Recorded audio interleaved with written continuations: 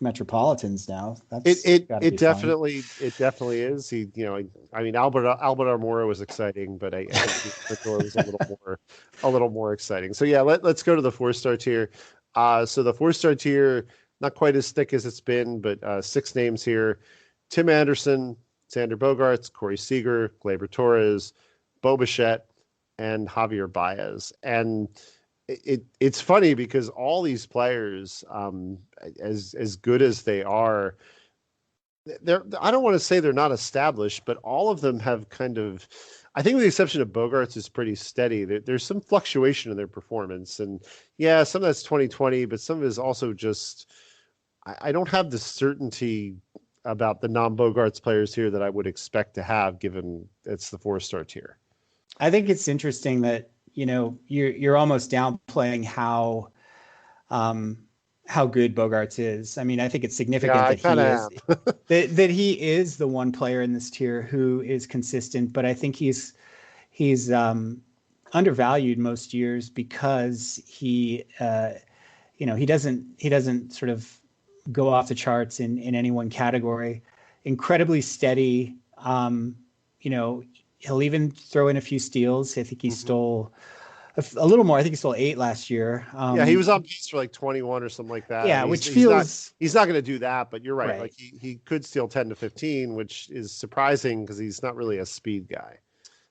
And when I went back in the state of the position piece and I looked at earned value for the last 2 years, and he's 29 and 27, which are numbers that are comparable to like Mondesi and Lindor. They're the Story, Turner, and Tatis are a clear top three in terms of the last 2 years of earned value. But I think Bogarts is an unglamorous but um, very solid like third round pick.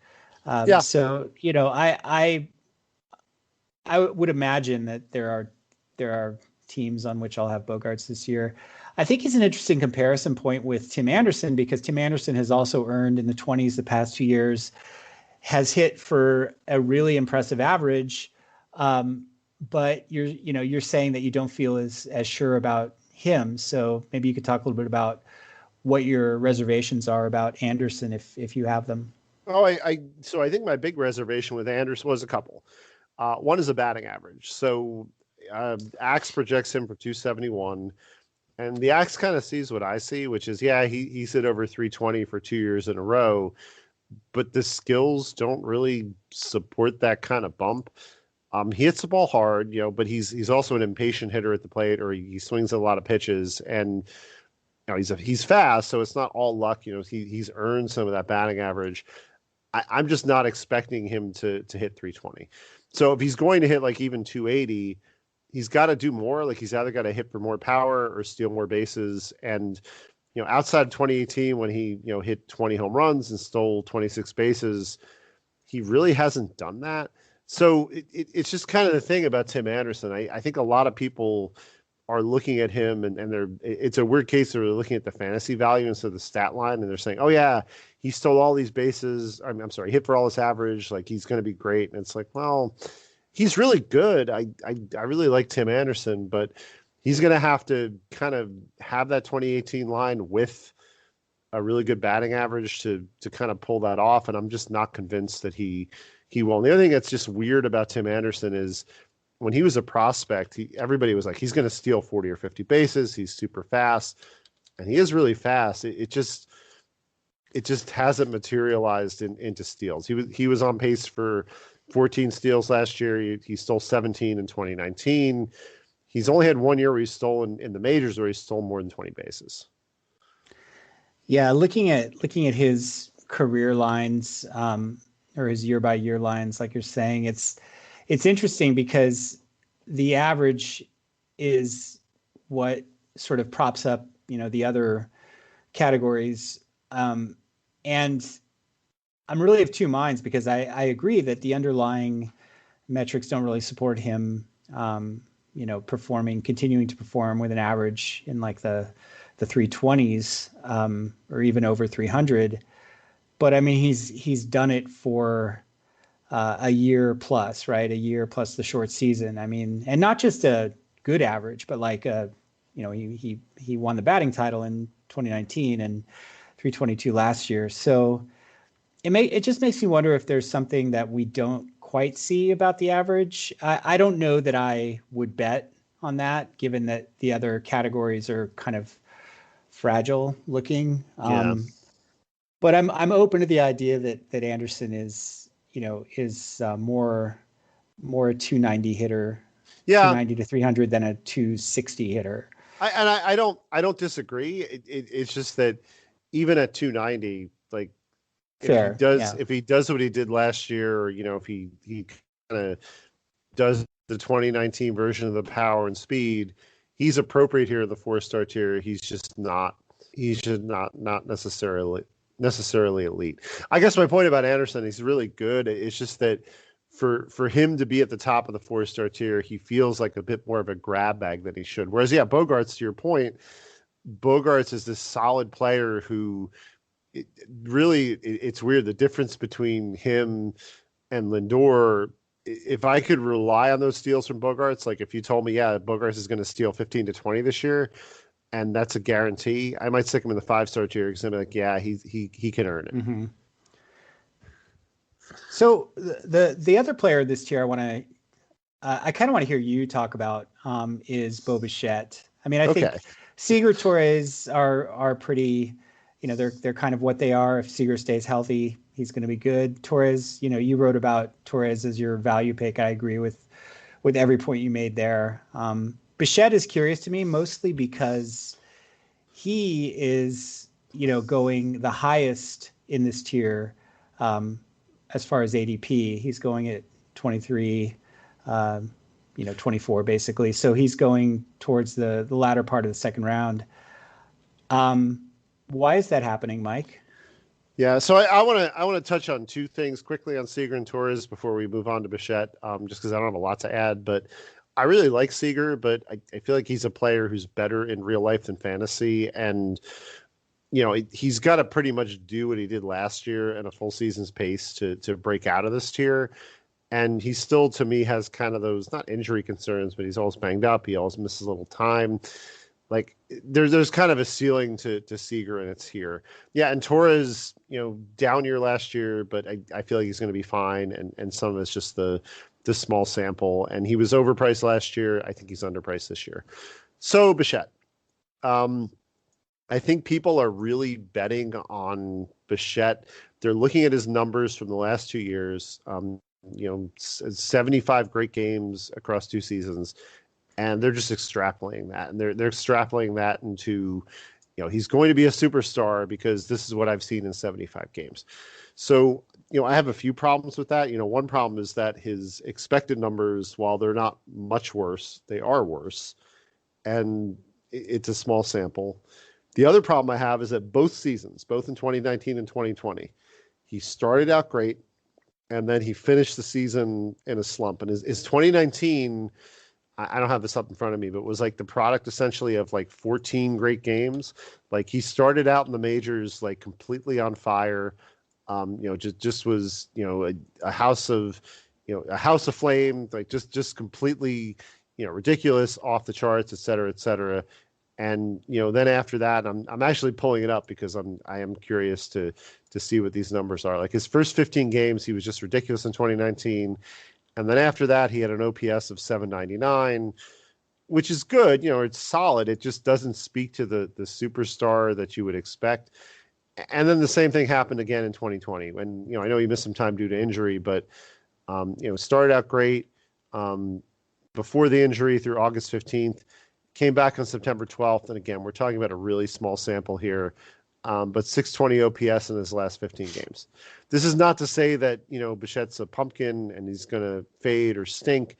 It's sort of what I was saying with Tatis, which is we haven't seen a full season from this player, and it's just been short bursts. It's just been short bursts where a player with a lot of potential and a really high ceiling long-term has not done it for more than like a couple weeks here or a couple weeks there. That's fine if you're drafting him like in the 6th round, but as you point out, he's going in the 2nd round. And he's going, I've brought this up a few times. I brought this up in a Void piece. I don't know if it actually dropped because the last I checked this morning, it didn't drop. He's going between Bryce Harper and Manny Machado in ADP among hitters. And what I said in the Avoid piece was like, think about that. Like he's going right between two generational players who are in their primes right now. That's kind of unbelievable. Like people are betting on Bichette. Like the result is going to be this generational player. Can he be that eventually? Yeah, maybe. I just don't like drafting him there. And frankly, like between Bogarts and Seager and Anderson, who are going later, forget about ADP. I would just rather have them like without the ADP, difference period than, and even putting aside where Bichette's going, which is 24th overall. It's amazing. It's funny that a lot of the themes, I mean, the players are different and the level of experience is different, but the underlying themes are similar to what we talked about with Vlad Guerrero when we talked about him. And, there's a mystique around the Blue Jays, which is a very weird thing to say. And I never thought I would see the day when there was a Blue Jays tax in fantasy baseball, but here we are. And it'll be interesting to see how this plays out. If, Guerrero and Bichette, but also Cavabiggio, if everything does kind of come to fruition and come together for the Jays this year, it could very well happen. It's hard to bet on that, in fantasy terms. And look, it might not be anything, but one more thing to throw into the mix is that we don't know where the Jays are going to play this year, at least for the start of the season. It's probably not going to be the Rogers Center, which is a great offensive environment. So, they could go back to Buffalo. They could be somewhere else. So, hi, I'm Randy, and this is Dave. We're the founders of Bombas, the most comfortable socks in the history of feet. So comfortable, we sold and donated millions of pairs. To sell and donate a lot of socks, we became obsessed with comfort. We reinvented the sock from the ground up, adding comfort innovations along the way. It worked. People tried them, loved them, told their friends about them, helping us sell and donate millions of pairs. Try them now at bombas.com/comfy and get 20% off your first order. That's bombas.com/comfy. Hi, I'm Randy, and this is Dave. We're the founders of Bombas, the most comfortable socks in the history of feet. So comfortable, we sold and donated millions of pairs. To sell and donate a lot of socks, we became obsessed with comfort. We reinvented the sock from the ground up, adding comfort innovations along the way. It worked. People tried them, loved them, told their friends about them, helping us sell and donate millions of pairs. Try them now at bombas.com/comfy and get 20% off your first order. That's bombas.com/comfy.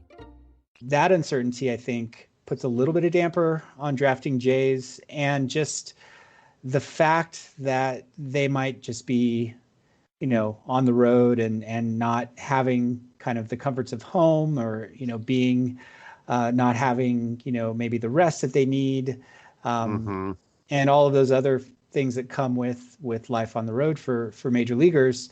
I mean, I know they're fine. They're treated quite well, but it's still not the same when you're traveling a lot. So, that's one more layer of uncertainty to add on to a player who's being drafted as if he's, a superstar who's arrived and has a record of elite production, which he doesn't yet. Yeah, no, and some difference between Guerrero and Bichette is that, I mean, one, Bichette runs, which helps his fantasy value.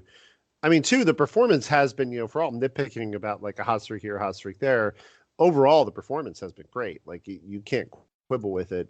It's just such a tiny sample that we're looking at, and that's kind of the problem. And a lot of it is price. Like if he was going like in the 4th or 5th round, I might be fine. Like that's the difference between Vlad and Bichette is that, Vlad's going in the 4th round right now, which, we don't need to rehash Vlad, but if Bichette were going in the 4th round based on what he's actually done, I might put, okay. Like, I mean, he's done it, and yes, it's a small sample. It's 75 games, but it's something to look at. Whereas in the 2nd round, it's like, wow, I'm really reaching here for a player who I'm just looking at a little bit of greatness here, a little bit of greatness there, and nothing sustainable.